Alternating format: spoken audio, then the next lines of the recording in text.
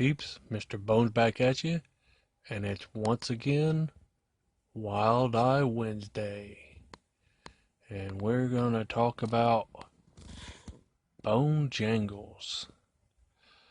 When bones rattle, blood will flow.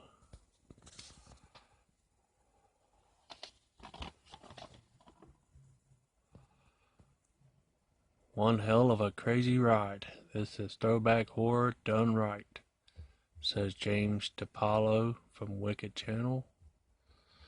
Fight the curse with something worse. While transporting the legendary serial killer Bonejangles to an asylum, a group of police officers break down in a town cursed with demons and zombies. The only way they can survive the night and save the town is to release Bonejangles to help them fight off this ancient supernatural threat.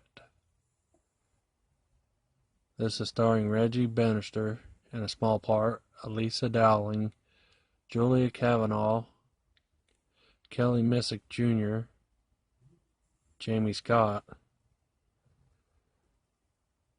Wade Everett, Lawrence Wayne Curry, Christopher Hunt. Directed by Brett D. Yeager. Written by Keith Melcher. Produced by Zeke Hansen.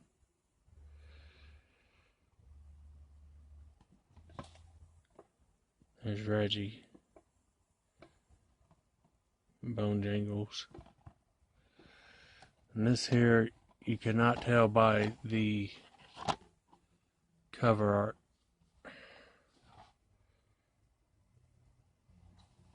But this is, it looks like a badass, serious type of movie. But it's a horror comedy.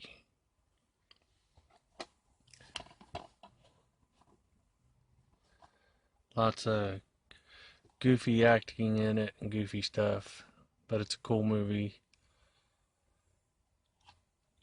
You got at the beginning, you got Bonejangles, and this is his father, played by Reggie.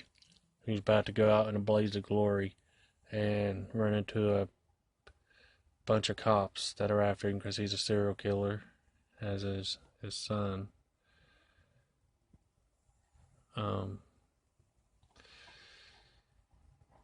And he tells him to remember to protect his wee Winky. He wants him to carry on his legacy of being a serial killer. And so the police force are trying to hunt down Bonejangles, and they manage to subdue him with tasers. He's an immortal serial killer who can't be stopped with regular weapons. But electricity slows him down. They subdue him, put him in a van, and they're transporting him to Smith Grove Sanitarium. It's a nod to Halloween. And Smith Grove Sanitarium is in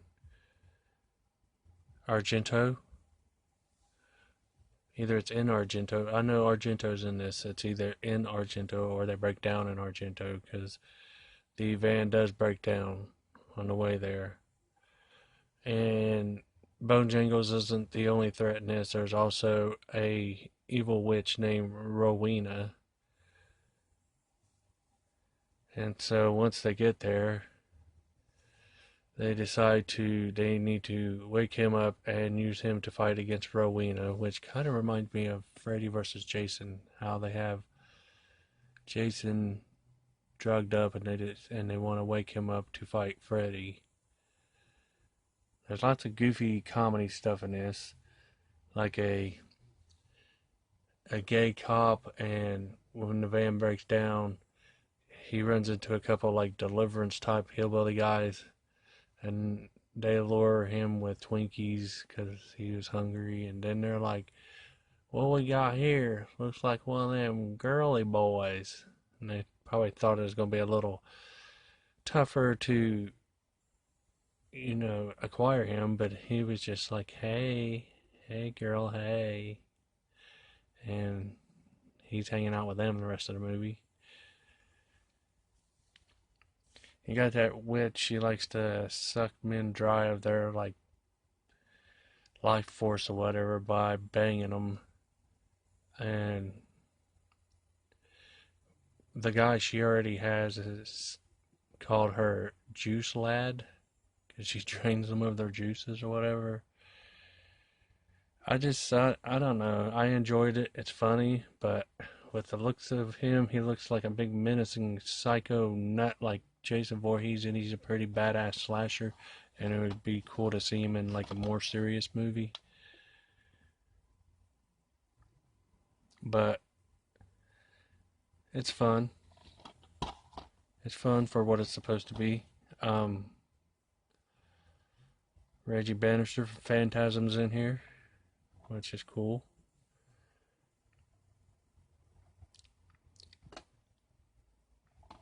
You got some bloody boobs in here. You get your TNA, you got your slasher, you got your funny moments. Anyway, this is what I watched. Check it out. Peace.